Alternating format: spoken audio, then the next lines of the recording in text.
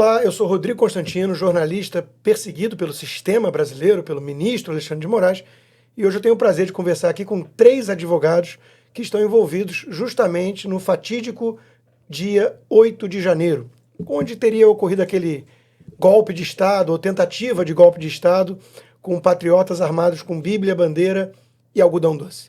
Tenho aqui ao meu lado o doutor Ezequiel, doutora Carol e doutora Gabriela, que estão defendendo vários desses patriotas que foram injustamente acusados de terroristas pela imprensa e pelo próprio sistema, estão aqui na Flórida. E a primeira pergunta é essa: qual o motivo dessa vinda de vocês aqui? O que vocês estão tentando fazer com essa passagem pelos Estados Unidos? Nós gostaríamos muito de agradecer pela oportunidade de vocês estarem nos recebendo. É um prazer para nós estarmos aqui. E o nosso objetivo principal da nossa vinda para cá foi porque nós percorremos todos os caminhos possíveis dentro do nosso país, né? Como já estão sendo julgados em última instância, os possíveis e poucos recursos ainda cabíveis para as pessoas que estão sendo condenadas serão julgados também pelo próprio STF, né? Então, nós decidimos vir para cá. Nós peticionamos aproximadamente 100 denúncias de violações de direitos humanos na Corte Interamericana de Direitos Humanos, a OEA. E nós viemos aqui trazer um ofício e pedir para que eles deem prioridade aos nossos casos, que eles analisem as medidas cautelares que nós estamos requerendo, porque dentro do país não estamos vendo outra possibilidade. Nós acreditamos que nós teremos um bom resultado. Qual pode ser o resultado concreto disso? Em termos práticos, isso pode frear de alguma forma os abusos, o arbítrio do STF? O Brasil ele é signatário de alguns tratados, algumas convenções de direitos humanos no âmbito interamericano. Então, uma vez que o Brasil é signatário desses acordos, ele se torna subordinado à intervenção da Corte Interamericana. Então, quando você faz esse tipo de denúncia formal, a comissão faz uma análise e, após isso, esse processo pode ser remetido para a Corte e a Corte pode sancionar o Brasil em algumas medidas. E aí são medidas de caráter sancionatório que induzam o Brasil a cessar essas violações. E a gente, inclusive, os protocolos que nós fizemos foi no sentido da imposição de medidas cautelares, ou seja, medidas emergenciais para que, por exemplo, sejam removidas as medidas cautelares impostas pelo ministro em relação às pessoas que foram liberadas, como o uso de tornozeleira eletrônica, e em relação às pessoas que estão presas, que precisam de ter a sua liberdade com a máxima urgência para que possam responder ao processo em liberdade, que é a regra no ordenamento jurídico brasileiro. Eu, por acaso, uma curiosidade, né, para quem está vendo às vezes e não sabe, eu fui um dos primeiros a denunciar nas cortes internacionais o inquérito do fim do mundo, como foi chamado até por um colega do Supremo na época.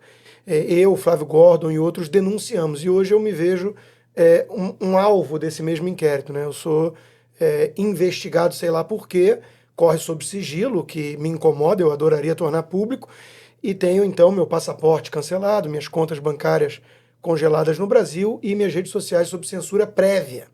Né? Eu com 1.600.000 seguidores no Twitter, por exemplo, só com VPN, né, com instrumentos de ditaduras que o povo consegue ter acesso. Então eu aproveito para perguntar, quais foram os principais abusos que ocorreram nesses casos? Quais prerrogativas do direito, do advogado, não foram atendidas? A gente tem um relatório com mais de 100 páginas já chegando, né? Desde o início que estamos colocando essas violações lá no relatório, que são muitas, né? Desde a incompetência do STF, e quando a gente diz incompetência, para que as pessoas leigas... foro, né? É a questão de foro, né? De foro, essas pessoas que foram presas no dia 8, elas não deveriam estar sendo julgadas pelo STF, principalmente pelo ministro Alexandre de Moraes, porque no processo mesmo ele é colocado pela Procuradoria-Geral como uma vítima, e os outros ministros como vítima secundária. secundárias. Então, a gente já parte desse princípio que daria uma nulidade absoluta que pode ser arguída em qualquer momento do processo. E essas pessoas estão sendo julgadas por ele, que aí já fere também o direito humano, que é o duplo grau de jurisdição, que é a pessoa ter direito de ser julgada por um juiz e depois ser revista essa sentença por outro. E daí a gente vai e adentra em vários abusos, como a falta de acesso aos autos. Essa falta de acesso aos autos, ela nada mais é do que um cerceamento de defesa. Porque quando o advogado não tem acesso ao que o seu cliente está sendo acusado, ele não consegue fazer uma defesa plena. Então, aí, a gente não tem acesso a esses inquéritos. O inquérito do fim do mundo, ele é um dos inquéritos que também estão citados nesse processo dos nossos clientes. E aí ele também traz que existem deputados que estão dentro de inquéritos e não existe essa conexão entre inquéritos. Não deveria ter sido puxado o foro para ele. Mas, enfim, ele entende que sim. E aí a gente tem abusos desde não poder entrar no gabinete do ministro. Gabinete, quando eu falo no balcão, para os advogados que entendem isso, que advogado vai muito em balcão falar com o servidor ali, aquele servidor que está ali de pronto atendimento. O gabinete do ministro Alexandre de Moraes é o único hoje do STF. E eu digo isso porque estive lá semana passada e não pude ser recebida, violando assim o nosso estatuto da advocacia. Então, assim, são vários detalhes que causaria em uma situação comum um crime de abuso de poder. Certo. Eu não sou da área de direito, sou leigo nesse assunto, mas o básico a gente conhece. Uma das coisas que mais me incomodaram, e são várias, vocês podem elencar outras, e eu gostaria de saber quais são os principais casos mais esdrúxulos de clientes que vocês representam, mas a questão da culpa coletiva, para mim, é uma coisa básica. Você não pode, no direito, enquadrar alguém num crime coletivo sem a individualização da responsabilidade, né, do ato. E isso aconteceu de maneira demasiada nesse processo. Quais foram as principais aberrações dos clientes que vocês representam e quantos, vocês não são apenas vocês três que estão aqui nessa passagem pela Flórida, são outros advogados, quantos clientes esses advogados, esse grupo que veio, representam? Nós estamos em uma comitiva com 12 advogados e esses advogados representam aí aproximadamente uma centena de clientes. Tá. Mas estamos representando outros colegas também que não puderam chegar até aqui e que estão lá também na labuta no dia a dia. São centenas de advogados que estão tendo as suas prerrogativas violadas. No relatório que a doutora Carol citou, nós fizemos uma divisão didática e separamos por violações de direitos humanos, e aí eu acredito que a doutora Gabriela pode falar um pouco, porque ela também, além de presidente da Associação dos Familiares e Vítimas, ela é também filha de um preso político. Sim. Nós temos nulidades e irregularidades processuais, que aí são inúmeras também, a doutora Carolina citou alguns exemplos, e temos violações de prerrogativas de advogados, que é onde a gente tem batido também sobre a omissão, né, conivente ou não da Ordem dos Advogados do Brasil na defesa dessas prerrogativas. Mas, tratando um pouquinho a respeito desse conceito de crime multitudinário, esse é um instituto que não casa no ordenamento jurídico brasileiro, não é aceito pela Constituição Federal, porque na Constituição Federal vige o princípio da reserva legal, vige o princípio da individualização da pena e da conduta, então... Presunção da inocência. Presunção de inocência, então é a responsabilidade subjetiva, cada um responde pelos seus atos. Eu não posso aderir geograficamente a um delito pelo simples fato de eu estar em um local, senão... no dia que estivermos em um banco, se porventura ocorrer um assalto, a gente tem que sair correndo. Somos cúmplices. Não para se proteger dos bandidos, mas para não ser enquadrado juntamente com eles. Então, é um conceito assim que não existe, não casa, não é aceitável. Mas por quê? Porque não foi feita uma investigação séria. A Polícia Federal não fez uma investigação séria. Havia formas de se fazer essas investigações, a análise das câmeras, aquelas que o ministro Flávio Dino não se deixou perder, mas seria suficiente para você individualizar a conduta de cada um. Mas, como isso não foi feito, foi necessária a invenção desse instituto para que pudesse abarcar ali todas essas situações e punir as pessoas. Ainda dentro do mesmo processo, há uma incompatibilidade entre o crime multitudinário e a associação criminosa armada que é trazido pelo subprocurador da República, né, geral da República. Porque quando você fala em crime multitudinário, subentende-se que a pessoa foi psicologicamente afetada ali, no momento que ela estava, e ela veio a cometer um crime. E a associação criminosa, a pessoa se une com outros... De forma premeditada. Para cometer crime. Então, como é que você consegue ter os dois institutos no mesmo processo? Sim. Ou a pessoa se juntou para cometer um crime, ou ela chegou lá e cometeu um crime porque foi envolvida pela multidão. Mas pior do que isso é que o cometimento de crime sob a influência de multidão, ela é causa de atenuação da pena. E está sendo utilizado para agravamento. Eu acho que está muito claro para quem está assistindo, já está acompanhando o básico. Às vezes me espanta que no Brasil as pessoas esquecem muito rápido das vítimas, dos presos políticos. Por exemplo, o ex-deputado Daniel Silveira está pleiteando redução da pena e tudo, não está conseguindo, e tem gente que nem lembra que ele está preso por crime de opinião com imunidade material parlamentar. Então as coisas muito esquisitas estão acontecendo no Brasil, e eu queria puxar, doutora Gabriela, então, para a questão dos direitos humanos, porque pelo que a gente viu, está muito claro, né, que tentaram emplacar uma narrativa, bolsonaristas, golpistas e tudo mais, tentaram dar um golpe de Estado, e na prática quem está atento sabe que houve uma tentativa de perseguição e intimidação. Essa palavra eu acho que é importante pelo seguinte: quem conhece um pouquinho de história vai lembrar lá da Noite dos Cristais, antes do Hitler realmente concentrar mais poder, e a gente sabe que essa CPMI fez um trabalho porco, para dizer o mínimo, né? Blindou ali quem tem explicações a dar, como o general G. Dias, por exemplo. Nós sabemos, o próprio senador Jorge Seife trouxe essa informação num programa que eu estava, o 4x4, num domingo, dizendo que temos imagens cometendo crimes de vandalismo, não de golpe de Estado, mas de depredação de patrimônio público, de vandalismo, arruaceiros, alguma coisa assim. Esses não estão no grupo dos punidos, então mostra, né, o critério seletivo, o duplo padrão.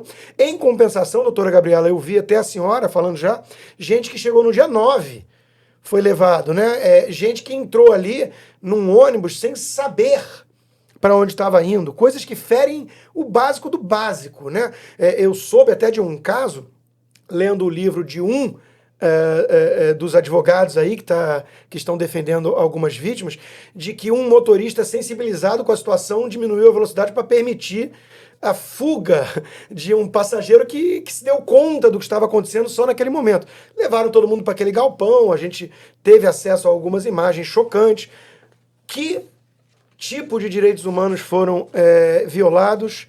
O que pode ser feito a respeito, além dessa tentativa de chamar a atenção da comunidade internacional? Eu acho que um dos principais direitos é a tortura física e psicológica, né? Porque essas pessoas foram submetidas, principalmente na academia da polícia. Os que foram presos no dia 8 são pessoas que, em a sua grande maioria, entraram para se abrigar dentro dos prédios, porque se usou um tipo de dispersão que não foi vista, né, em nenhuma manifestação, que eram os helicópteros jogando bombas.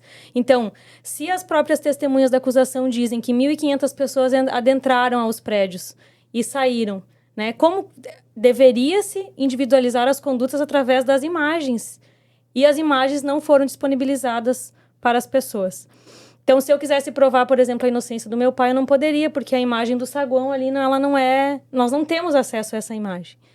E aquelas pessoas do dia 8, elas foram levadas dentro de ônibus, mais aproximadamente umas 50 pessoas, terroristas, né, perigosos, que a mídia divulgava, por mais ou menos uns 2 a 3 policiais para fazer a escolta desses ônibus lá dentro. Então, as pessoas foram cantando, orando, nas suas mochilas tinham bíblias, água, terços. E elas foram nada de bombas, coquetel molotov, nada disso. Nada, que a turma da Antifa e do Black Bloc usa. E lá na delegacia, elas ficaram mais ou menos 20 horas sem se alimentar, sentadas no chão, algemadas, idosos. O idoso de mais idade, ele tem 74 anos, e ele estava lá. Inclusive, esse mesmo idoso, que a advogada está aqui, que é filha dele também, ele não pôde ir no casamento dela, porque o ministro não apreciou o pedido, né? Então... são absurdos. Mas a tortura da academia de polícia, eu acho que foi a principal violação que aconteceu, porque teve tentativa de suicídio, né?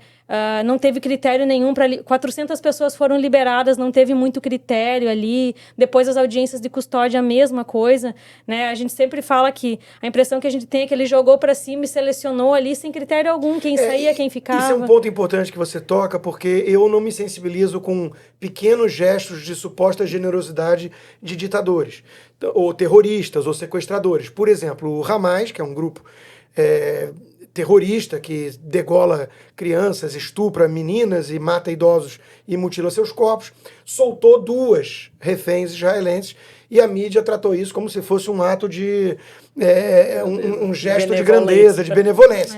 Né? Então, quando o ministro Alexandre de Moraes soltou algumas mulheres no Dia da Mulher, enquanto a imprensa que está do lado desse tipo de abuso de poder, dessa tirania, dessa ditadura, festejou como se fosse um gesto humanitário, eu olhei e pensei exatamente isso. Qual o critério?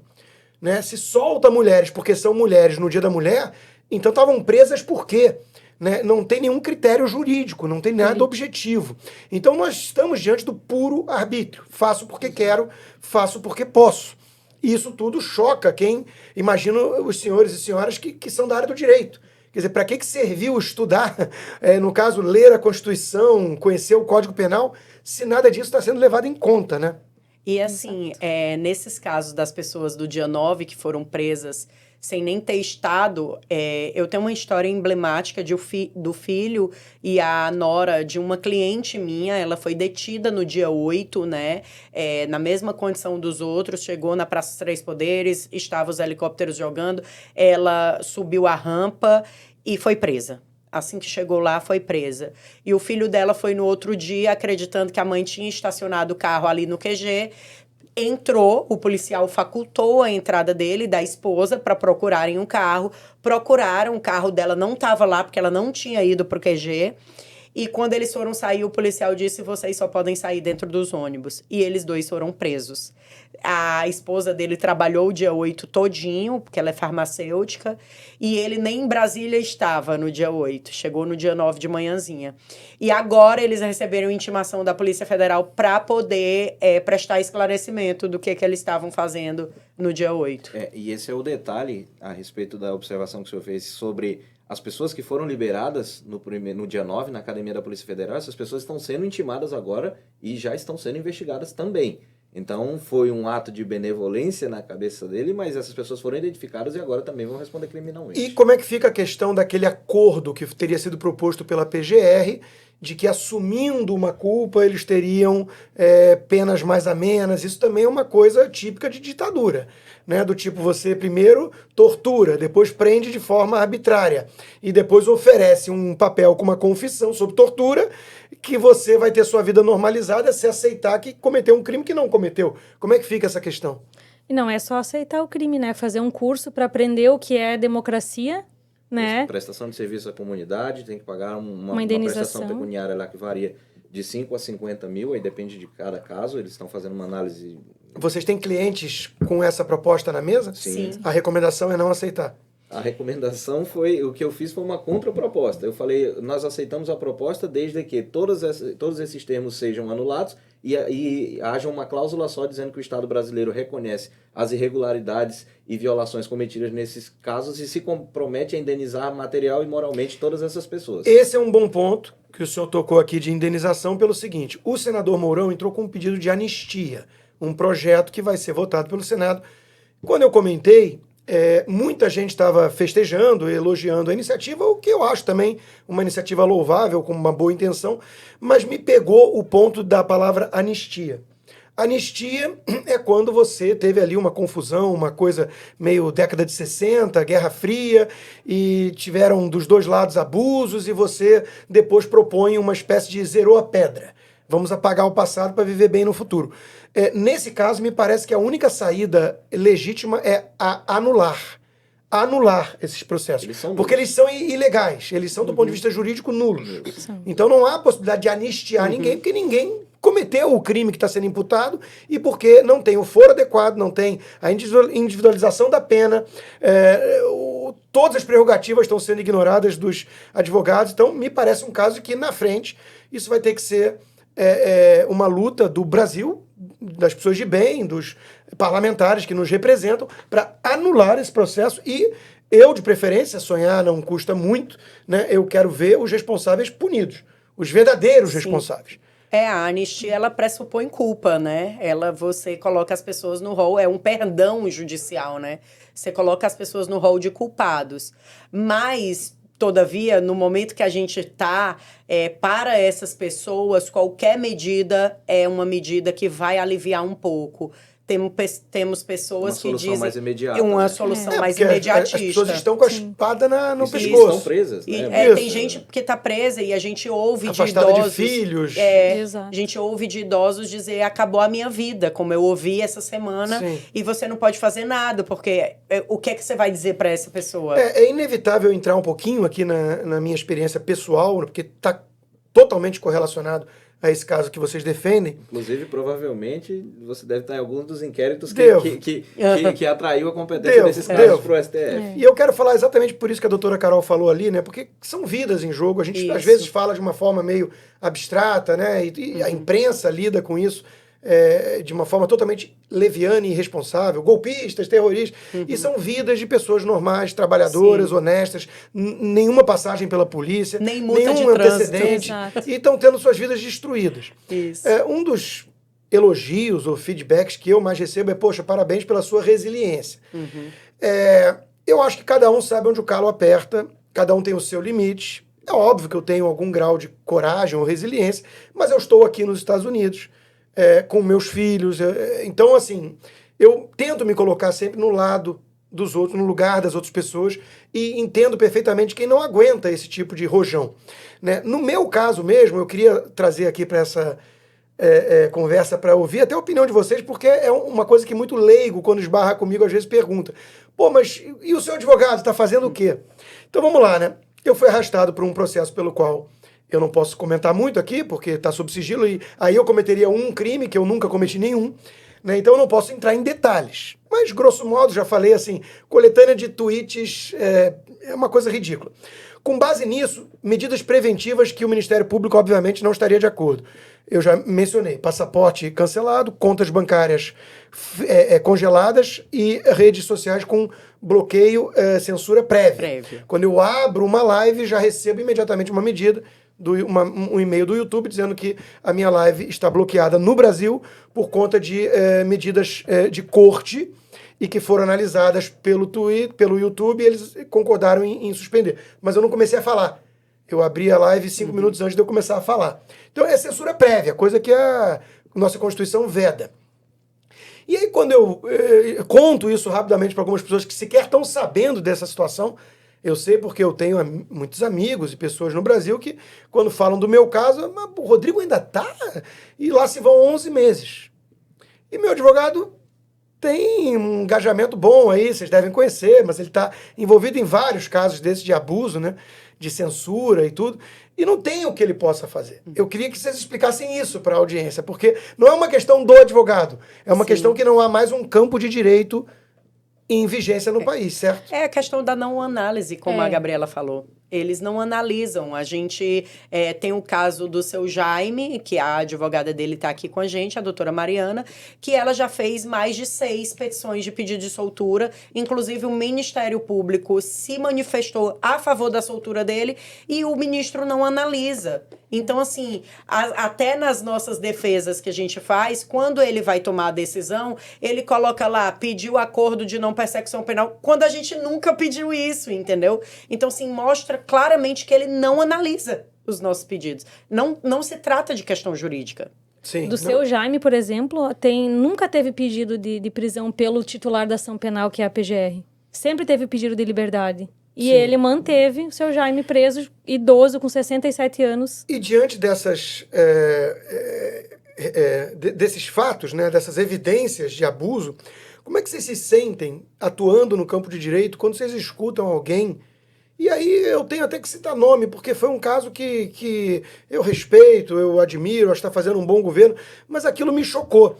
Quando foi lá para Portugal o governador de São Paulo, Tarcísio Gomes de Freitas, e disse, na presença de alguns ministros do Supremo, que o Brasil tem um Estado democrático de direito em vigência. Tem, dá para dizer que temos um Estado de Direito no Brasil? Vou falar para deixar claro e registrado. O Brasil não tem uma democracia. O Brasil vive em um estado de tirania imposta pelo Poder Judiciário. É isso que nós vivemos no Brasil. E é muito triste ver pessoas que ainda não se atentaram para essa situação, ou se atentaram e estão agindo de maneira leviana.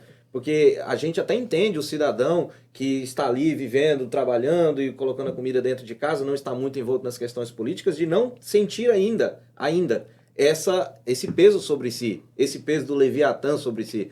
Mas a pessoa que a atividade principal dela é política, ela tem a obrigação de dizer e a obrigação moral de ser responsável nas suas declarações. Então, quando o governador também, que é uma pessoa que eu admiro, que a gente torce para que tenha sucesso na sua carreira política, mas ele dá uma declaração nesse sentido, é um desrespeito com famílias que estão com seus entes queridos aí. E mais do que desrespeito, doutor Ezequiel, se me permite, eu acho que é um combustível que alimenta essa tirania, porque é o papel da imprensa hoje, por exemplo. Salvo raríssimas e honrosas exceções na mídia mainstream, a maioria acaba chancelando, endossando essa narrativa de que houve uma tentativa de golpe e que o ministro Alexandre de Moraes é quase a muralha, como uma revista chamou, né? A muralha da democracia, o defensor da democracia. E esse tipo de coisa vindo de gente como parlamentares, como jornalistas, como governadores, isso alimenta o estado de coisas completamente fora do campo do direito.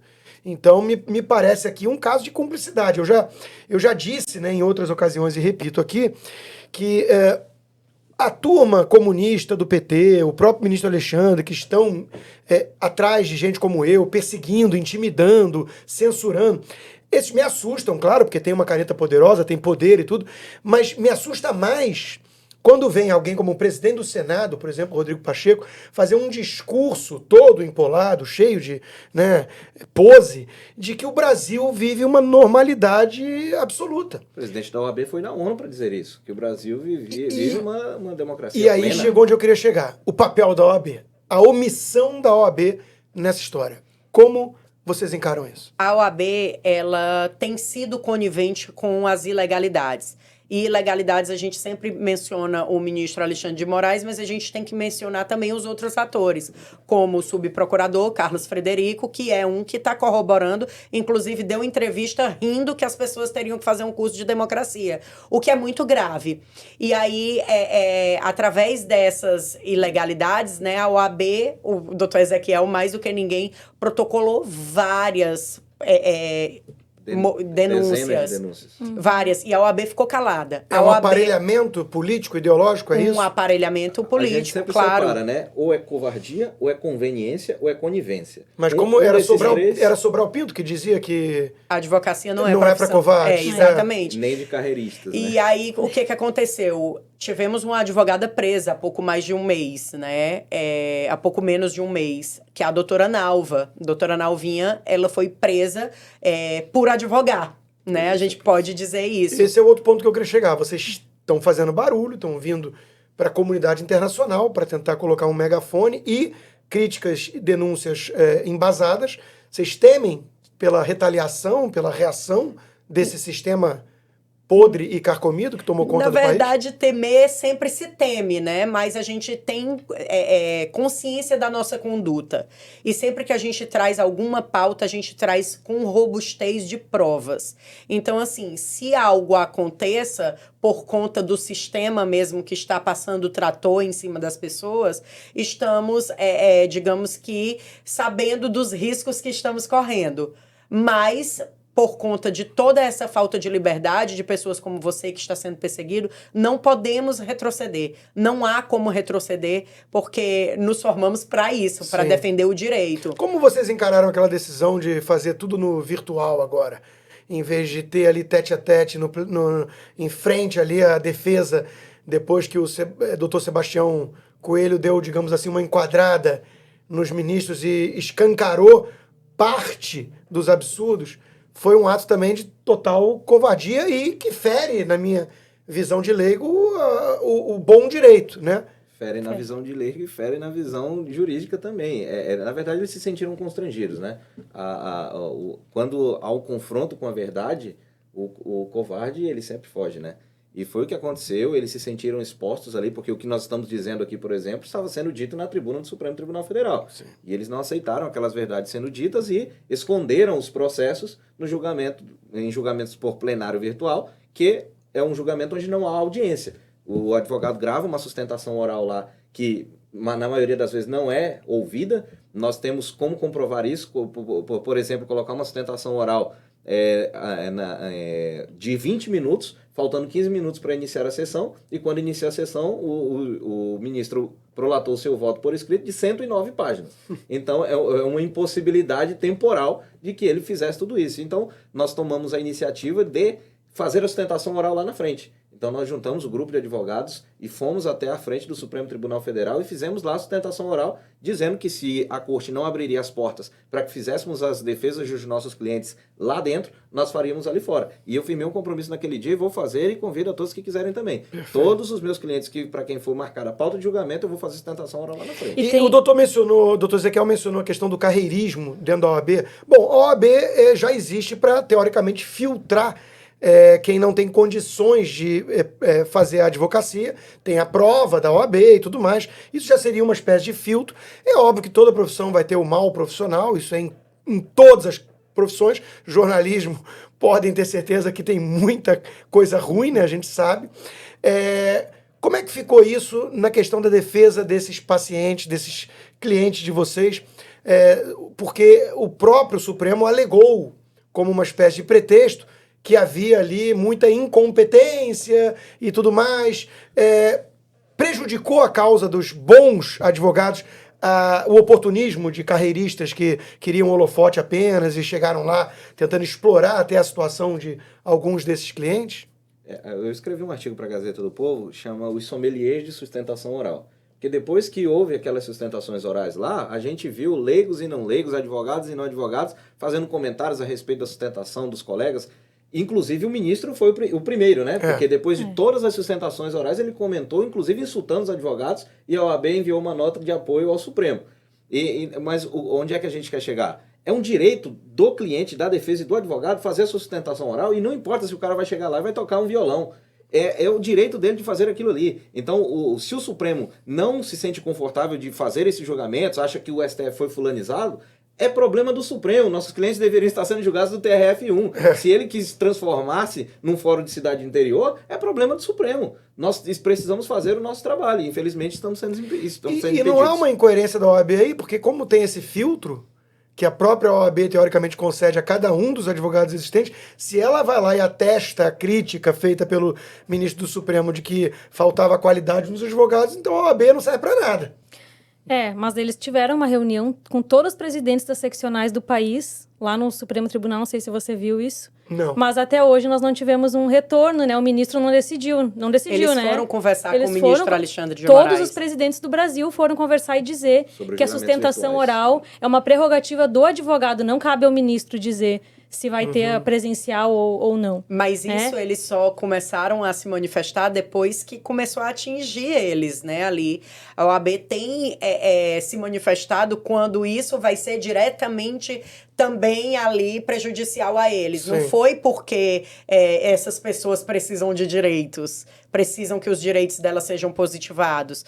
Porque desde o início, o presidente da OAB, presidente do Conselho Federal da OAB, presidente Beto Simonetti, ele conhece todos os problemas e ele não pode dizer que não conhece, porque temos vários protocolos na OAB. O presidente da OAB do DF, o presidente Délio, ele conhece os problemas que a advocacia passa. Então, é omissão mesmo a questão. Sim. Inclusive, nós, familiares, a primeira manifestação que teve, nós tivemos que ter coragem, nós reunimos alguns familiares, fizemos uma carta aberta, lemos em frente ao Conselho Federal, eles não vieram para receber essa carta, mesmo nós convidando, nós protocolamos e depois de uns 3 meses, mais ou menos, eles nos deram uma resposta, assim, padrão, né? Que eles vêm dando a todos os protocolos que a gente vem eles não se denunciando. A grande questão é que o que os colegas não têm se atentado, sobretudo os advogados que não defendem ou são de um espectro político diferente, é que esse caso está gerando precedentes que serão perigosos para toda a advocacia. Com certeza. E essa semana eu vi alguns advogados reclamando porque o Tribunal de Justiça do Distrito Federal marcou julgamentos no plenário virtual. Aí eu falei, ué, eles só estão obedecendo a jurisprudência que o próprio STF criou. Isso era tão óbvio, né? Abre a porteira para passar um boi, passa a boiada, estava claro que esses abusos não iam ficar restritos aos primeiros alvos. Nós estamos nos aproximando do fim da conversa, eu queria falar das punições que já temos conhecimento, porque é algo que chocou o Brasil. A gente sabe que o Brasil é o país da impunidade para crimes sérios. A gente sabe que tem traficante que acaba sendo protegido de alguma forma, até pelo próprio Supremo. A gente sabe que a polícia parece estar sempre enxugando gelo, porque prende pela 10ª vez, às vezes, um meliante, um marginal ali e tudo, e o sistema judiciário garantista acaba soltando. E para corrupção nem se fala. Melaram a Lava Jato e soltaram todo mundo. Sérgio Cabral está solto.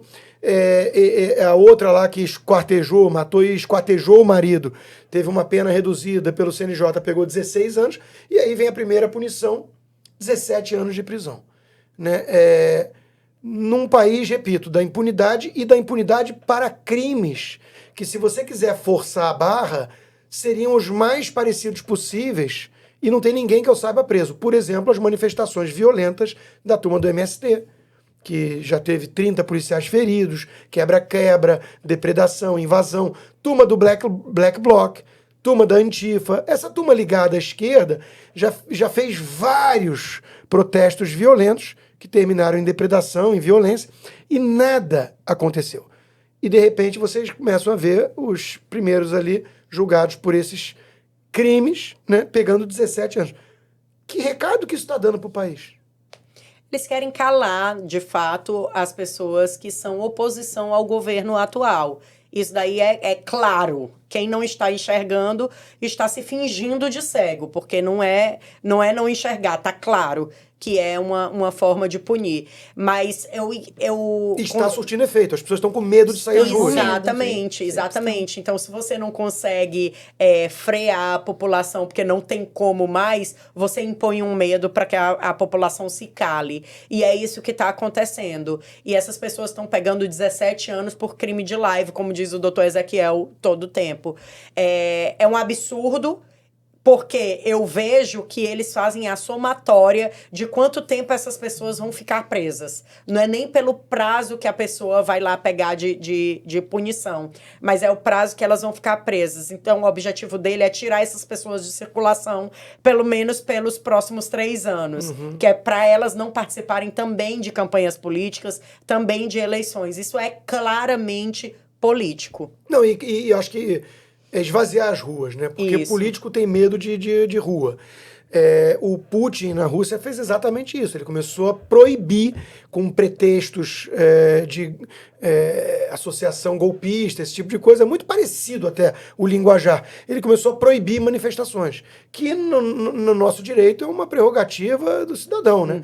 É um direito inalienável de você se associar a outras pessoas que compartilham de uma mesma pauta, um mesmo credo, e ir para a rua protestar. E é importante pontuar, Rodrigo, que a nossa Constituição Federal ela não é um buffet de self-service, onde você escolhe os artigos que você quer usar e os que você não vai usar. Ou você usa ela por completo, ou você não usa. E a partir do momento que você está relativizando direitos como direito à defesa, à presunção de inocência e etc., você está relativizando a democracia também.